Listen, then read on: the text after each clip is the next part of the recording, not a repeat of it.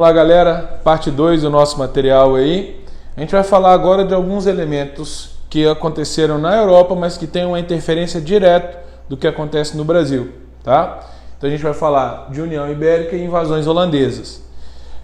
O que foi União Ibérica? Tá? A gente está falando de um momento em que Portugal e Espanha passam a ser governados pelo mesmo rei. Tá? A península, os países, né, da Península Ibérica passam a ter o mesmo rei. Ah, Tiago, então você está falando que Portugal e Espanha viraram um país só? Não. Tá? Eu estou falando que o rei da Espanha passou também a ser o rei de Portugal, que são coisas diferentes. Tá? E, inclusive, um dos elementos que mais causam problemas nesse período de União Ibérica é que os portugueses, né, a nobreza de Portugal, tanto que estava lá na Europa quanto quem está aqui no Brasil, passam a ter dificuldades para identificar ou aceitar esse domínio espanhol. Tá? Então, a União Ibérica não é a unificação dos países, mas a unificação da coroa. O rei da Espanha passa a ser o rei de Portugal. Então, é isso que significa União Ibérica. Tá? Então, a gente tem aqui, para vocês entenderem quais territórios passaram a ser controlados por esse governante. Tá? Então, a gente está falando de praticamente toda a região da América Central e América do Sul, né, que era a colônia portuguesa e a colônia espanhola, o litoral do continente africano basicamente todo, tá, a própria Península Ibérica e alguns protetorados e territórios na região da Ásia e da Oceania. Então a gente tem uma extensão de territórios muito grande controlada por esse governo, né, no caso pelo rei Filipe II. Tá? E a gente está falando de um período que se estende, tá, de 1580 até 1640. É isso que a gente chama de União Ibérica. Tá certo? Então, não confundam. Não é a unificação dos países, mas sim a unificação da coroa. E isso vai causar, inclusive, conflitos dentro de Portugal. Tá certo? E aí a gente passa a ter no Brasil, né, colônia, uma relação que se intensifica para a manutenção das características do domínio português. Tá? Embora os modelos de Espanha e Portugal fossem modelos parecidos de colonização, mas os portugueses, principalmente aqueles que estavam aqui no Brasil, tinham o interesse de garantir a sua autonomia, de que o domínio espanhol não interferisse dentro do processo colonial ou interferisse o mínimo possível. Mas de cara, a gente já tem alguns elementos que vão ser comprometidos. Eu falei para vocês, na parte 1, da forte relação que se estabelece dos holandeses com a questão do ciclo do açúcar. Os holandeses que vão financiar, que vão refinar, que vão transportar esse açúcar, e tiveram uma importância muito grande. Só que, se por um lado a relação entre Portugal e Holanda era positiva, a gente não pode falar a mesma coisa da relação entre Espanha e Holanda. Tá? Então, já existiam conflitos, guerras entre esses dois países, e com o período da União Ibérica, o que vai acontecer? Os espanhóis vão tentar impedir a participação holandesa nessa questão do comércio do açúcar. Tá? Então, olha só. Holanda, um dos inimigos da Espanha, é impedida de fazer comércio em qualquer possessão espanhola. Tá? Faltou um A aqui, galera, desculpa. O que nesse momento incluía o Brasil, ou seja, qualquer posse, qualquer território governado pela Espanha vai ser proibida a Holanda de fazer comércio nesse território.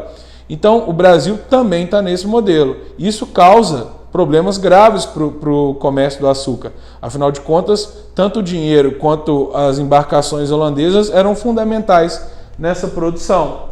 E aí a gente tem uma reação da Holanda que talvez fosse até imprevisível para a Espanha na época, que foi o quê? Invadir o Nordeste. Tá? Os holandeses passam por cima da autoridade de Espanha e de Portugal, né, nesse Nordeste, e vão invadir. Então aí a gente tem um período que a gente define como um período das invasões holandesas. E aí eu vou destacar duas tentativas.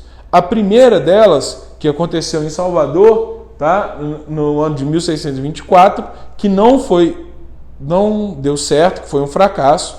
Tá? Os holandeses tentaram ocupar o território, não conseguiram. Tá? E a segunda, né, que foi na capitania de Pernambuco. Como eu mostrei para vocês naquele outro mapa, a área mais produtiva do Nordeste açucareiro, com o maior número de engenhos, e essa segunda, os holandeses vão conseguir efetivar esse processo de invasão. Tá? Um processo que foi orquestrado a partir da chamada Companhia das Índias Ocidentais, que era uma instituição holandesa para tratar das questões relacionadas com o açúcar. Tá certo? Então a gente tem essa região. E, importante fazer um destaque aqui, bom ressaltar aqui uma figura. Eu não sou muito fã, vocês sabem disso, de exaltar um ou outro elemento como mais importante na história. Eu acho que a gente entende a história muito como um processo que envolve diferentes fatores, mas no caso da invasão holandesa no Brasil, tem um elemento que merece muito destaque, que é o Maurício de Nassau. Ele foi responsável por governar o território holandês no Nordeste durante a maior parte do tempo, e ele vai iniciar vai tomar algumas iniciativas aqui que vão ser muito importantes, não só para garantir que a Holanda conseguisse se relacionar com os luso-brasileiros, né, que estavam aqui na colônia, mas também para implementar e desenvolver aquela região ocupada pelos holandeses. Inclusive algumas pessoas, né, principalmente alguns historiadores que estão mais envolvidos nessa área, brincam muito, que talvez a pior cagada de Portugal foi ter expulsado os holandeses daqui. Porque a evolução do Nordeste sob o controle holandês foi muito maior do que sobre o domínio português. Então, tem até uma visão assim de que talvez tivesse sido melhor se os holandeses tivessem ficado. Mas o que o Maurício de Nassau fez de tão importante para a gente destacar a figura dele aqui? Então, a gente está falando de um processo de modernização e urbanização, tá, das regiões do Nordeste, embelezamento das cidades, com a chegada de muitos artistas que vão não só contribuir no processo de urbanização, mas também para retratar esse processo através de pinturas, o financiamento para os donos de engenho, liberdade de culto, que é reflexo da questão protestante. A Holanda vive uma onda calvinista, né? Vamos lembrar da nossa aula de reforma protestante, e dentro desse calvinismo havia uma tentativa de se garantir a liberdade de culto, ou seja, para impedir os embates entre católicos e protestantes. Tá? Então ele traz essa lógica para o Brasil também, que até então aqui a gente continua tendo o predomínio dos católicos, mas ele tenta introduzir essa liberdade para evitar os conflitos. Tá? Então a gente tem na figura do Nassau, no domínio holandês, uma tentativa bem sucedida de interação do governo holandês com a população portuguesa e da população brasileira já. E um dos elementos também que contribui para a aceitação é que ele não interfere muito em questões que eram fundamentais para os brasileiros, por exemplo, como a questão do escravismo. Né? Ele aceita e ele não interfere na lógica de funcionamento do tráfico e do trabalho escravo. Então a gente tem esse elemento também que contribui para a aceitação dele. No caso, a saída dele representa para nós aqui um início do fim. Tá? Eu até destaquei entre aspas ali, porque não coincidentemente, a partir do momento que o Maurício de Nassau ele sai do governo do território holandês aqui no Brasil, a gente tem conjuntamente o fim da União Ibérica e a questão da reação luso-brasileira ao domínio holandês, que vai inclusive resultar na expulsão desses holandeses. Eu destaquei aqui uma imagem que mostra a criação de pontes e canais na cidade de Recife, tá? Exaltando uma tentativa do Nassau de reproduzir aqui no Brasil algumas características que representavam, por exemplo, a arquitetura de Amsterdã, capital da Holanda, a cidade mais importante da Holanda. Então, aqui essa imagem serve para reforçar esse aspecto, tá? E temos mais um mapa aqui para vocês identificarem toda a região que está de marrom ali no mapa representa o domínio holandês. Então percebam que a gente está pegando uma extensa faixa de terra no litoral, né? Inclusive indo lá para Fortaleza.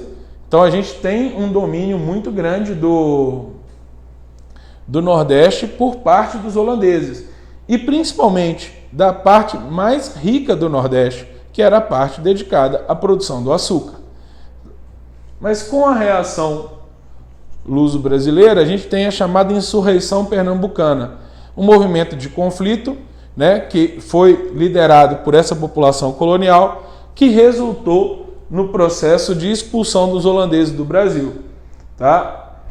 E aí a gente tem um destaque para fazer, ó, como uma relação de consequência. A expulsão dos holandeses significou o início da crise do ciclo do açúcar, tá? Por quê? Aí eu tenho esse mapinha para ilustrar isso. Todas essas regiões que estão marcadas aqui são domínios coloniais na América Central, no Mar do Caribe, tá? E a gente vê ali alguns desses territórios que estão de verde, tá? São territórios holandeses. E nessa região que a gente chama de Antilhas, os holandeses vão começar a produzir açúcar assim que eles são expulsos do Nordeste. Só que eles vão produzir um açúcar de melhor qualidade, com um preço mais barato e com uma lógica de transporte mais fácil para a Europa e para a América do Norte. Então a gente vai ver o açúcar brasileiro perder espaço para o açúcar holandês. Isso significa que parou a produção de açúcar no Brasil? Não. Significa que o Brasil tem um declínio dessa produção. E toda a riqueza que se baseava no açúcar, ela vai deixar, ou ela vai diminuir, ela vai deixar de ser a principal atividade. E no século XVIII a gente vai ver a substituição com a atividade da mineração de ouro, aqui na região das Minas Gerais, do interior de Goiás. Tá certo? Tem um gráfico aqui para a gente analisar também o impacto dessa atividade do açúcar. A barra verdinha aqui mostra a produção de açúcar no Brasil. Percebam que durante o período, tá, dos holandeses aqui, a gente tem um crescimento maior do que a curva do coronavírus aqui, ó. A barra está subindo quase que reta, tá? Um crescimento muito grande. E depois, com a saída dos holandeses, a gente tem uma queda constante, né? Até o final do século XVII, a produção de açúcar no Brasil ela cai muito em comparação ao seu ápice, próximo da metade do século, tá? E na contrapartida, a gente vai vendo a questão do valor do escravo, que vai cada vez mais subir, tá? Porque os holandeses também vão interferir nessa questão do comércio de escravos, porque além de invadir o Brasil, eles vão invadir Angola, que era um dos principais portos de comércio dos escravos para o Brasil. Então, você tem um declínio da principal atividade econômica e, ao mesmo tempo, você tem um aumento da principal mão de obra escrava, que era o comércio de escravos africanos. Então, você passa a ter uma crise que precisa ser solucionada no Brasil, que vai ser solucionada com a mineração, né? Muitos escravos depois vão sair, vão ser vendidos do Nordeste para cá, para a região das Minas, tá? Então, ali a gente tem um valor também da exportação do açúcar ao longo do século e o comecinho do século XVIII. Gostaria de deixar um detalhe também. Percebam que lá os valores estão em milhares de libras, tá? Libra, que é a moeda da Inglaterra. Importante a gente reforçar. A gente não falou muito de Inglaterra nesse contexto aqui, mas cada vez mais a Inglaterra se tornava a maior potência e, consequentemente, interferia muito no comércio, não só das nações europeias, mas também de seus territórios coloniais. Então, por isso o destaque lá do preço em milhares de libras. Tá certo? E para a gente encerrar a nossa aula hoje, o nosso último assunto, a gente vai falar de um movimento que existe no Brasil, que é chamado de movimento ou de revoltas nativistas. A gente tem um conceito aqui, né, dessas revoltas. Então, as denominadas revoltas nativistas foram um grupo de movimentos locais, rebeliões e revoltas que aconteceram no mesmo período e tiveram uma coisa em comum, o nativismo, que nada mais é do que o sentimento de apego profundo pelo lugar em que nasceu. Ou seja, vamos traduzir esse conceito para uma fala mais simples. A gente está falando de movimentos que têm, na sua essência, questões locais, questões regionais. A gente não está falando de movimentos de separação, ou a gente não está falando da construção de uma identidade nacional, nada disso ainda. A gente está falando de movimentos locais. E eu vou destacar dois hoje para vocês, já que a gente está falando de Nordeste, tá? que ocorreram nessa região Nordeste do Brasil. Aqui, mostrando para vocês um mapa geral, a gente tem no Nordeste a Revolta de Beckman, a Guerra dos Mascates. No Sudeste, a gente tem a Revolta de Vila Rica e Guerra dos Emboabas, aqui na região das Minas. E deixar para falar aqui da questão do Quilombo dos Palmares. Por quê? A gente vê muito se trazer a história do branco, né? A história ligada aos interesses de uma elite colonial. Mas a gente tem que identificar também o papel do escravo, do negro liberto, do indígena na construção de uma narrativa de resistência nesse processo. Então, o Quilombo dos Palmares, que representou durante vários anos um incômodo muito grande para essa elite do Nordeste açucareiro e resistiu, inclusive, a diversas tentativas de extermínio da sua população, até que se mobilizou uma grande força para conseguir destruir o Quilombo dos Palmares. Mas é o maior símbolo de resistência, tá, em relação à luta, não só de negros, mas de indígenas, de homens brancos que viviam lá no Quilombo também e que não tinham espaço na sociedade, por exemplo, do Nordeste açucareiro. A gente está falando de um quilombo que durou 64 anos de resistência e luta contra a opressão de um modelo colonial. Tá? Então, fazer esse destaque e falar um pouco dessas duas revoltas. Revolta de Beckman e Guerra dos Mascates. São dois assuntos recorrentes em prova. Tá? As revoltas nativistas caem muito em questões. Tá? Revolta de Beckman acontece no Maranhão. Qual que era a situação do Maranhão? Uma área destinada à produção agrícola e ao comércio, e que contava com uma elite que escravizava principalmente povos indígenas, devido a uma certa dificuldade de transporte, de tráfico de escravos negros africanos para lá. E eles têm um embate muito forte na região do Maranhão, porque é uma área de grande número de jesuítas também.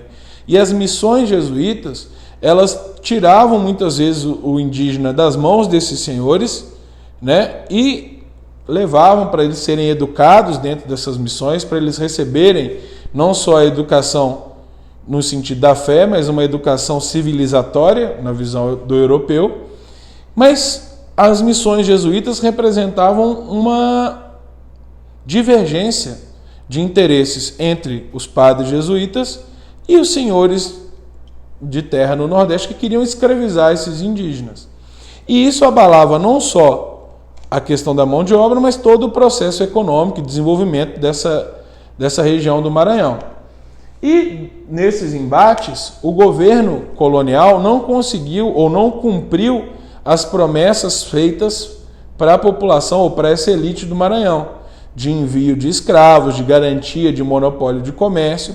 E isso levou à organização de uma resistência, de uma revolta que ocorreu no ano de 1684 e liderada pelos irmãos Beckman, tá? Tomás e Manuel Beckman, que vão tentar usurpar o governo do Estado, colocar lá um governante que compartilhava desses interesses, expulsar os jesuítas. Essa revolta foi bem sucedida? Não, ela levou a um conflito com o governo português. A maioria dos líderes desse movimento foram presos e executados e o rigor com que o governo de Portugal tratou a província do Maranhão passou a ser maior, né? Depois, no período pombalino, a gente vai ver a criação da Companhia de Comércio do Maranhão e do Grão-Pará, que vai tentar resolver alguns desses problemas, mas a revolta de Beckmann ela representa justamente essa tentativa dos maranhenses de marcar uma posição de enfrentamento em relação ao governo português.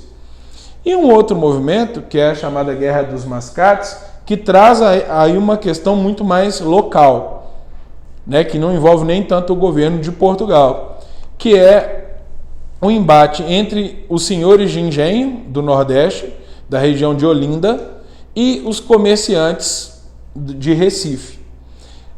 Eu falei para vocês que a saída dos holandeses significou uma crise no açúcar. E essa crise do açúcar significou uma necessidade de novos recursos na região. Muitos senhores de engenho que tinham as terras, mas passaram a não ter dinheiro, contraíram empréstimos com esses comerciantes de Recife.